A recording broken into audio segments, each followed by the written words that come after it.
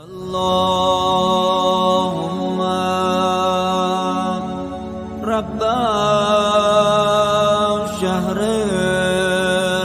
رمضان الذي أنزلت فيه القرآن. اعوذ باللہ من الشیطان الرجیم.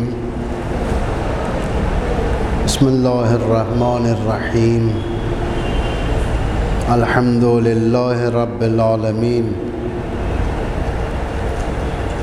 والصلاة والسلام علی سیدنا و نبینا ابی القاسم المصطفى محمد وعلی آلہ اطیبین الاطہرین المنتجبین المطہرین المعصومین المظلومین الہداۃ المہدیین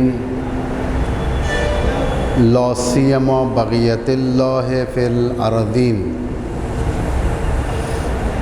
ولا حول ولا قوة الا باللہ العلی العظیم.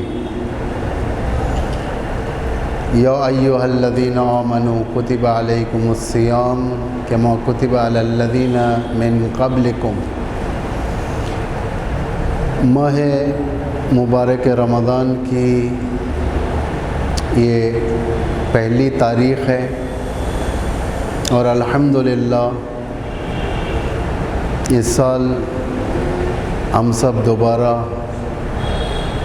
خدا کے گھر میں یعنی مسجد میں جمع ہوئے تاکہ اس نورانی موقع پر کچھ دینی گفتگو کی جائے. اور یہ فرصت ہوتی ہے خدا کی طرف سے کہ ہم ماہ مبارک رمضان میں معارف اسلامی کو حاصل کرتے ہیں. مسلمانوں کے اندر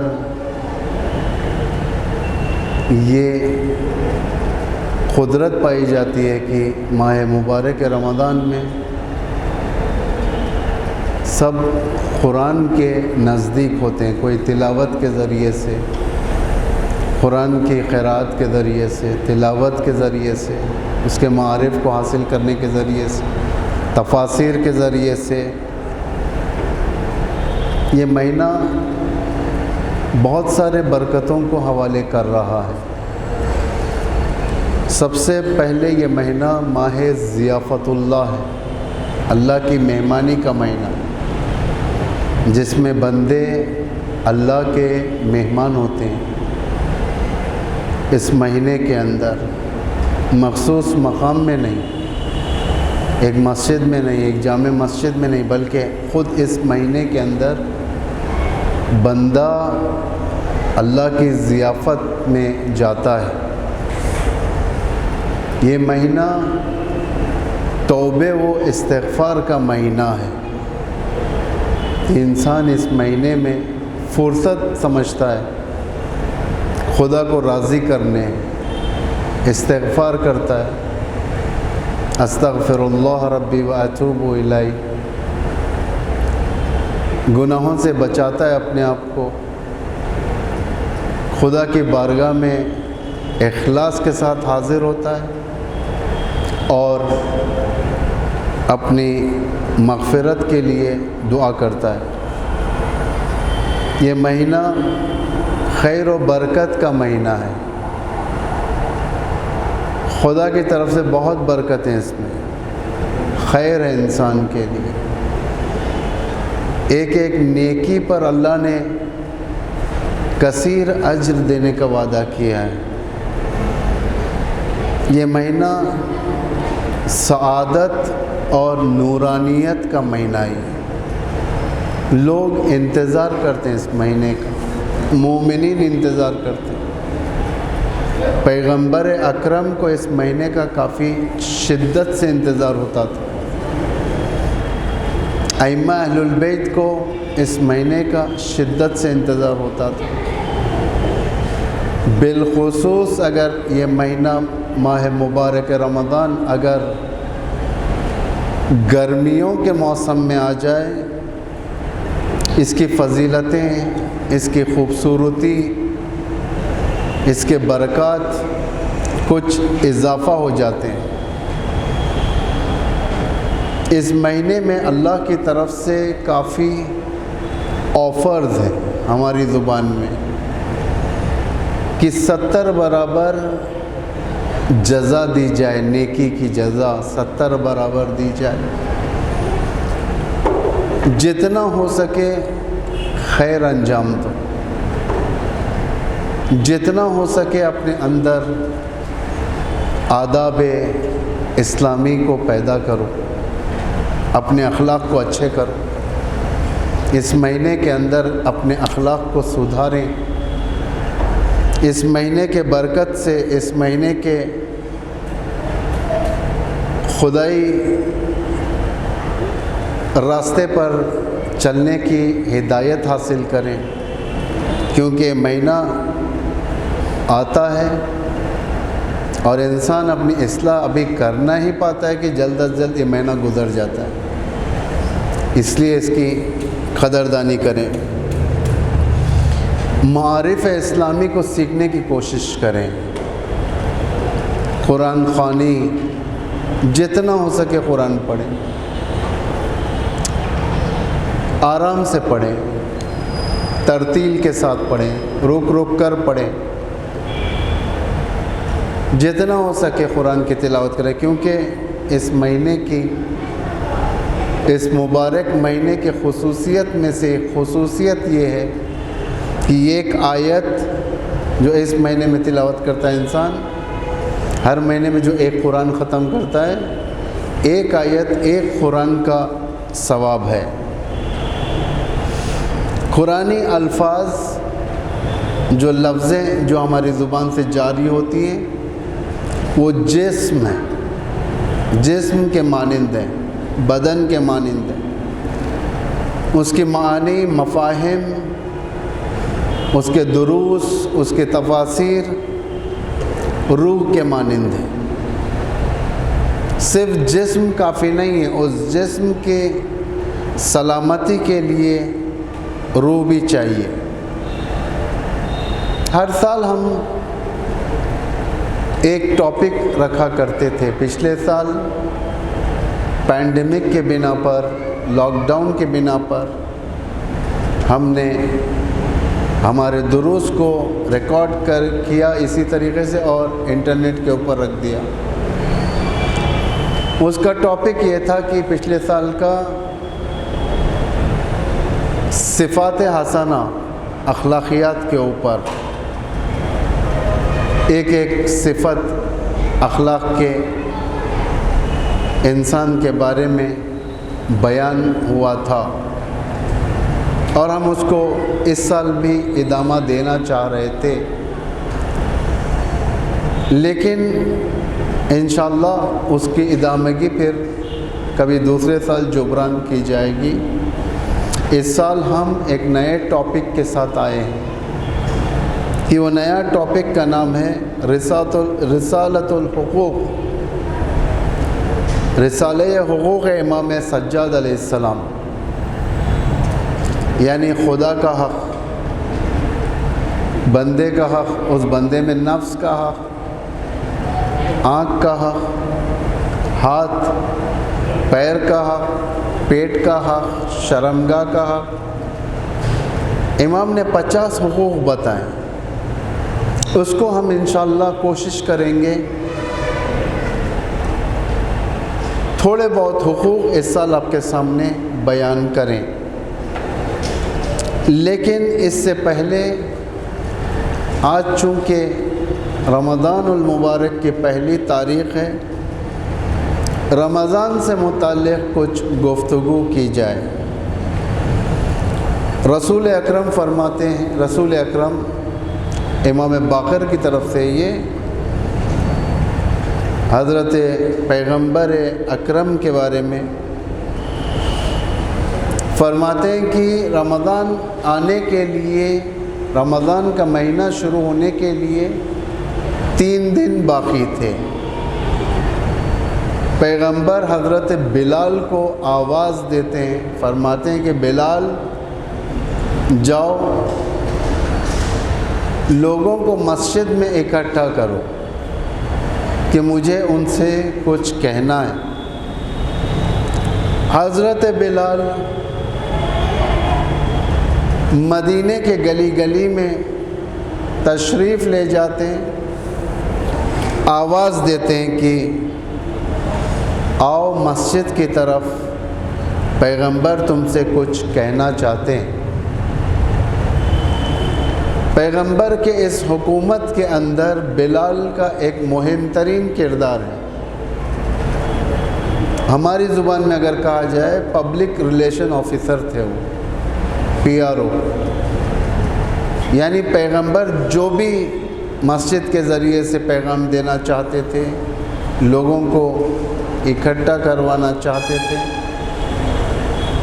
لوگوں کے کچھ پیغامات ہوتے تھے تو حضرت بلال کو پیغمبر ان کے ذریعے سے لوگوں کو بلاتے تھے اور بلا کر پیغمبر کے سامنے لوگوں کو بٹھاتے تھے۔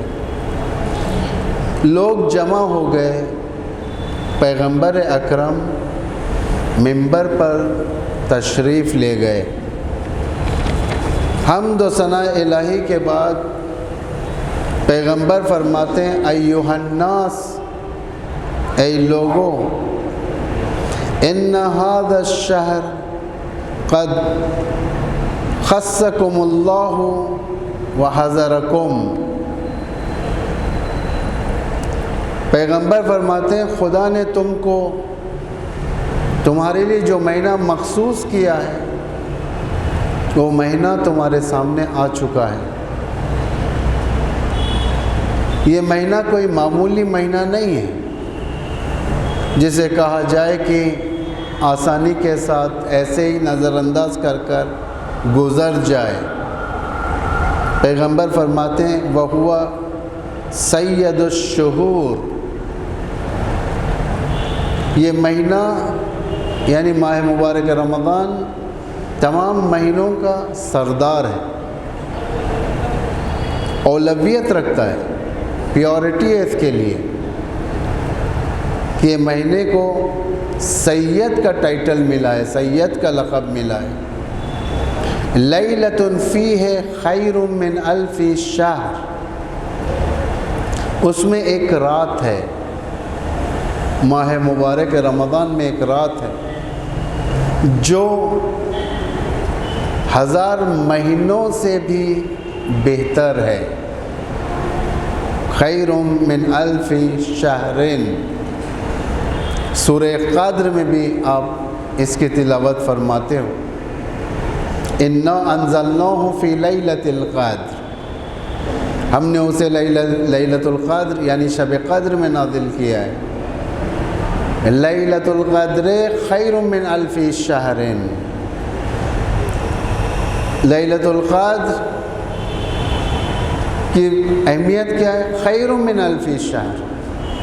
اس سے پہلے پروردگار نے پوچھا وما ادراک ما لیلۃ القدر، کہ تم کیا جانو لیلۃ القدر کی اہمیت کیا ہے؟ خود خدا جواب دے رہا خیر من الف شہر۔ اغلق فیہ ابواب النار، اس مہینے میں جہنم کے دروازے بند کر دیے جاتے ہیں۔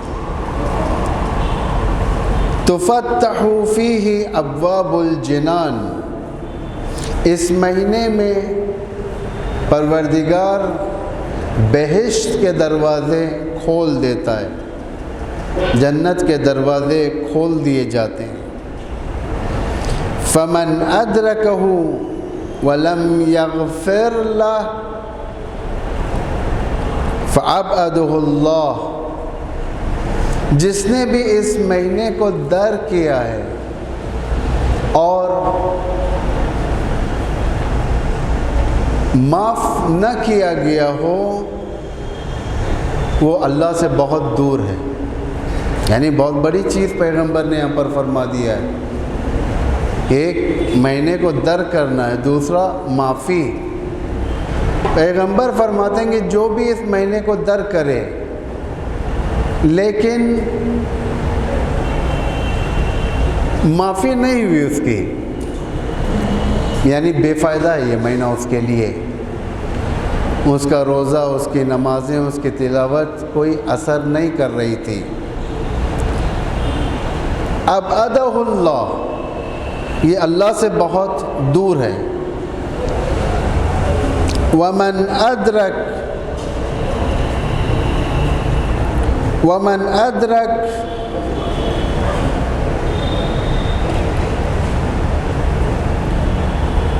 ولم یغفر له فابعدہ اللہ، فرماتے ہیں ومن ادرک والدیہ ولم یغفر له فابعدہ اللہ۔ یہ البتہ رمضان سے ہٹ کر ہے یہ جو میں آپ کے سامنے بیان کر رہا ہوں، لیکن بہت بڑا پیغام ہے رمضان کے نسبت۔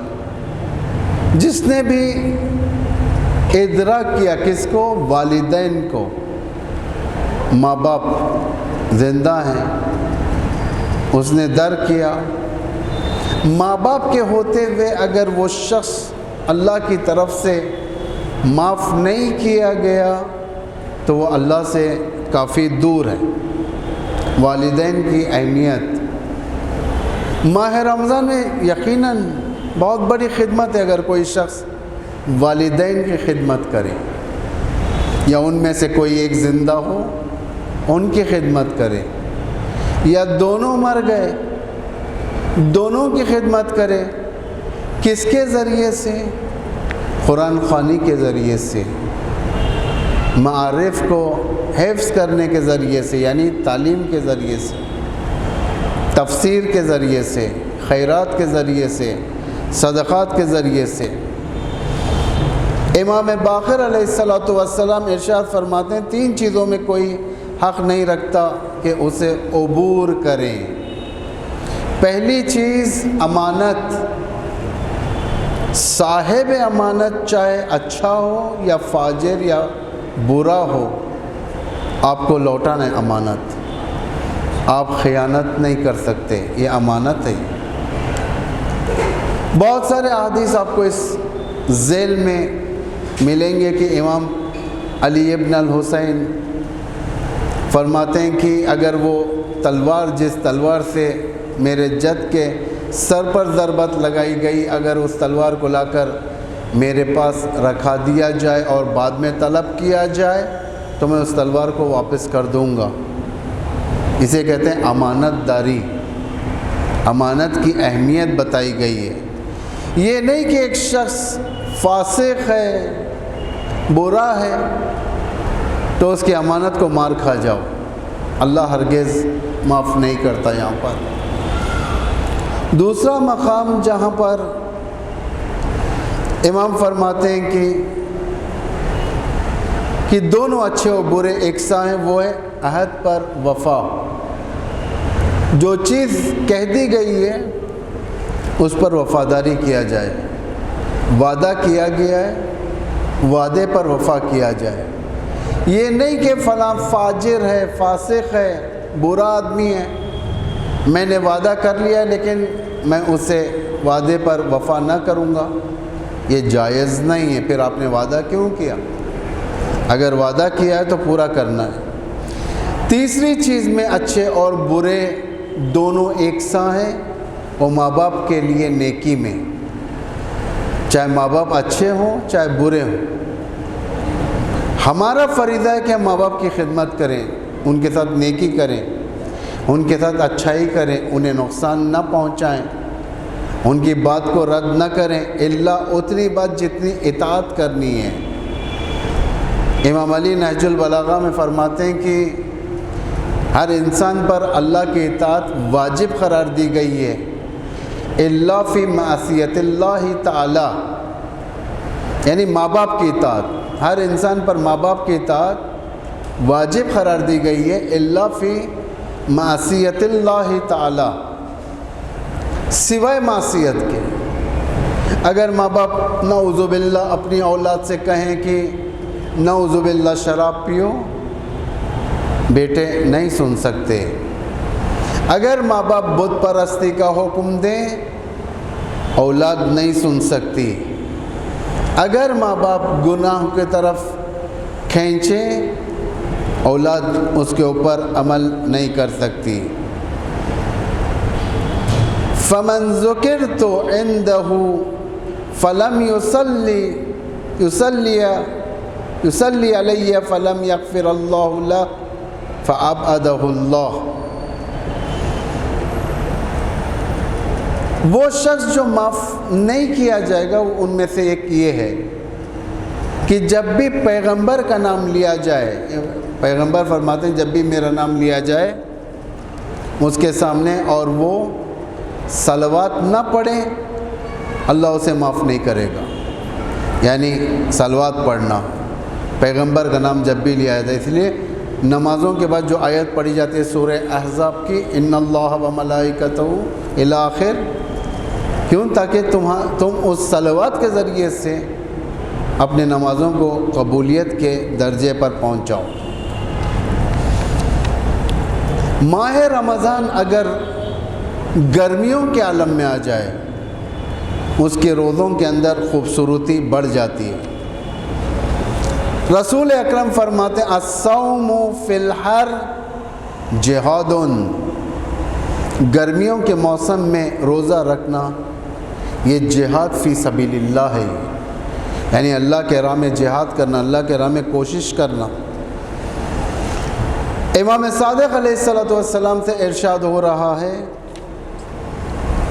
جو بھی گرمی کے موسم میں روزہ رکھتا ہے اور اسے عطش غلبہ کر جاتی ہے اس پر، اس حالت میں خداوند متعال 1000 فرشتوں سے کہتا ہے کہ جاؤ اس کے چہرے کی، اس کی صورت کی نوازش کرو، اور خدا کہتا ہے قسم ہے میری عزت کی،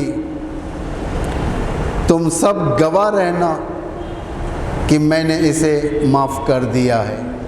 یعنی گرمی کے روزوں کے اندر، گرمی کے روزے انسان کے ایمان میں تقویت پیدا کرتے ہیں۔ بعض چیزیں ہوتی ہیں جو انسان کے لیے اپرچونٹیز ہوتے ہیں خدا کی طرف سے، مغفرت ہو جاتی ہے اس کے ذریعے سے، اس کے ذریعے سے فشار قبر کم ہوتا ہے یا فشار قبر ختم ہو جاتا ہے۔ فشار قبر اسی لیے نماز وحشت پڑھی جاتی ہے۔ فشار قبر مختلف طریقے کا ہوتا ہے۔ ایک فشار قبر شدید اور طولانی ہوتا ہے، کافی لمبا ہوتا ہے، ہزاروں سال شاید انسان اٹک جاتا ہے قبر کے اندر، فشار قبر۔ بعض کا فشار قبر بہت کم ہوتا ہے، جیسا ایک چھوٹے بچے کو ہلکا سا سر میں درد ہوتا ہے اور ماں سے کہتا ہے کہ سر میں درد ہو رہا ہے، یعنی ہلکا سا درد کیسے ہوتا ہے، فشار قبر بھی ویسے ہی ہوگا۔ بعض کو خوش نصیب لوگ ہیں جو بغیر فشار قبر کے گزر جاتے ہیں، بعض پھنس جاتے ہیں۔ چند چیزیں ضروری ہیں کہ انسان اگر وہ کام کرے، یا تو فشار قبر کم ہو جاتی ہے یا فشار قبر اللہ ختم کر دیتا ہے۔ ایک قرآن کی تلاوت، جتنا ہو سکے قرآن کی تلاوت کریں، صرف رمضان میں نہیں، رمضان سے ہٹ کر بھی جتنا ہو سکے، جب ٹائم ملے قرآن کی تلاوت کے بہت فائدے۔ روایتوں میں ہے کہ سورہ پڑھیں، سورہ یاسین ہے، سورہ تبارک ہے، سورہ نیسا ہے، سورہ بقرہ ہے، بہت سارے سورے ہیں، 114 سورے ہیں۔ جتنا ہو سکے اگر انسان روزانہ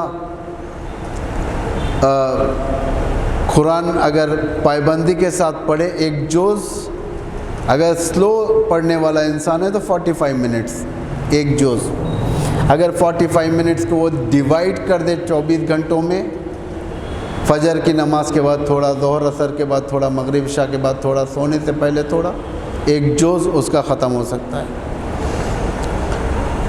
دوسری چیز جو فشار قبر کو کم کر دیتی ہے اور ختم کر دیتی ہے وہ میت پر نماز پڑھنا، چاہے وہ نماز میت ہو چاہے وہ وحشت قبر ہو، میت کی نماز پڑھنا چاہیے۔ جتنا زیادہ لوگ میت میں شریک ہوتے ہیں اللہ ان کے چہروں کے طفیل سے اس مردے کے عذاب کو ختم کر دیتا ہے۔ تیسری چیز جو فشار قبر کو ختم کر دیتی ہے وہ ہے پیغمبر پر درود بھیجنا، جتنا ہو سکے صلوات پڑھنا چاہیے، جتنا ہو سکے درود بھیجنا چاہیے۔ چوتھی چیز صدقہ دینا، خیرات کرنا، راہ خدا میں خیرات کرنے کا فائدہ دنیاوی آفات سے انسان بچتا ہے۔ صدقہ بلاؤں کو دور کر دیتا ہے، آفات سے بچتا ہے، فشار قبر سے بچاتا ہے۔ صدقہ اسی لیے کہا جاتا ہے کہ مردوں کے نام پر صدقہ دو، کھانا بانٹو، پیسہ دو، کسی کو پڑھاؤ، قیامت کے دن کے عذاب کو ٹال دیتا ہے صدقہ۔ یہ ہے مہم ترین نکات میں آپ کے سامنے بیان کرتا ہوں، چونکہ نماز کا وقت قریب ہے۔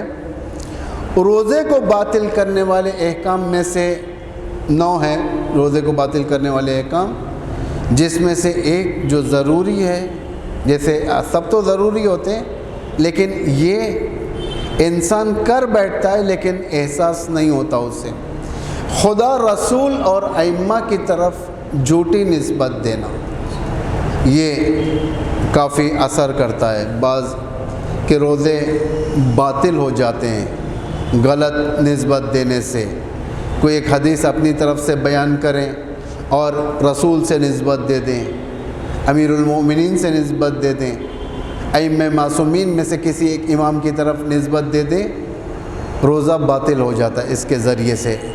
اگر مفہوم ہے، عینی حدیث نہیں ہے، مفہوم ہے، تو اس میں کوئی حرج نہیں ہے۔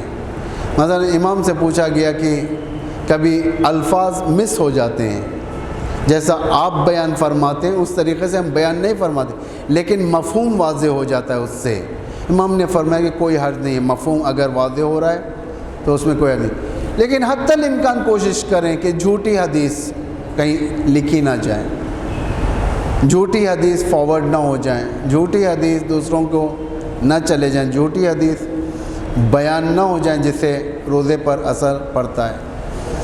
یہ مہینے کی سب سے بڑی خصوصیت یہ ہے کہ دعاؤں کے قبول ہونے کا مہینہ ہے۔ چند سفارش شدہ باتیں میں آپ کے سامنے بیان کرتا ہوں اور آج اس بحث کو ہم ختم کرتے ہیں، کل سے اپنی بحث ہم شروع کریں گے۔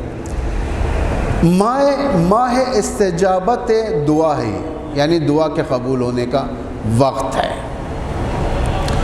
3 زمان یعنی 3 اوقات ہم اپنے ذہن میں رکھیں دعا کرنے کا۔ پہلا وقت سحر کا وقت، جب انسان، آپ لوگ سحر کر چکے، اذان سے پہلے جو وقت نماز شب کا وقت ہے، کوشش کریں نماز شب پڑھیں ماہ مبارک میں، اور بالخصوص اذان سے جو متصل وقت ہے اس وقت میں آپ خلوت کریں اللہ سے، ایک وقت نکالیں کہ آپ اللہ سے بات کریں۔ وہ وقت دعا کے قبول ہونے کا وقت ہوتا ہے۔ دعائے سحر پڑھیں، دعائے سحر کے اندر اللہ کے اسماء ہیں، نام ہیں اللہ کے، اسماء اللہ ہیں جس کے ذریعے سے دعائیں قبول ہوتی ہیں۔ دوسرا وقت افطار کے وقت، جیسے ہی وقت افطار ہو جائے اور آپ افطار کرنے بیٹھو تو اسی سوکھی زبان سے، اسی بھوکے پیٹ سے آپ ایک چند سیکنڈ اللہ کی بارگاہ میں دعا کرو، وہ دعا قبول ہونے کا وقت ہے۔ یہ وقت اذان کے بعد، نماز کے بعد، افطار سے پہلے قبول ہونے کا وقت ہے۔ تیسرا وقت ظہر کی اذان کے بعد، جو اول وقت، البتہ اول وقت دیکھنا پڑے گا، آپ کے لیے اسباب فراہم ہیں، آپ کے لیے ٹیلی فون پر اوقات شرعی آ جاتے ہیں، اگر شہر کے حساب سے ڈالا جائے تو اس اول وقت میں آپ لوگ نماز کے بعد فوراً دعا کریں، دعائیں قبول ہوتی ہے، لیکن شرط یہ ہے بسم اللہ الرحمن الرحیم کہیں اور اس کے بعد اول اور آخر دعا کے محمد و آل محمد پر درود پڑھیں۔ یہ 3 چیز آپ اپنے ذہن میں رکھیں۔ ایک، سحر کا وقت، اذان سے پہلے جو نماز شب کا وقت ہے، تھوڑی دیر اللہ کی بارگاہ میں خلوت کریں، اکیلے اللہ سے بات کریں۔ 2، افطار کا وقت۔ تیسرا، ظہر کے اذان کے بعد یعنی نماز ظہر کے بعد دعا کریں، دعا قبول کرتا ہے اللہ۔ خداوند ہمارے گناہوں کو معاف کریں اور ہمیں توفیق دیں کہ ہم اس مہینے کو اسی طریقے سے اپنی زندگی میں لاگو کریں جیسے اللہ نے بتایا ہے، جس طریقے سے رسول اور ائمہ معصومین نے ہمیں ہدایت کی ہے۔ والسلام علیکم ورحمۃ اللہ وبرکاتہ۔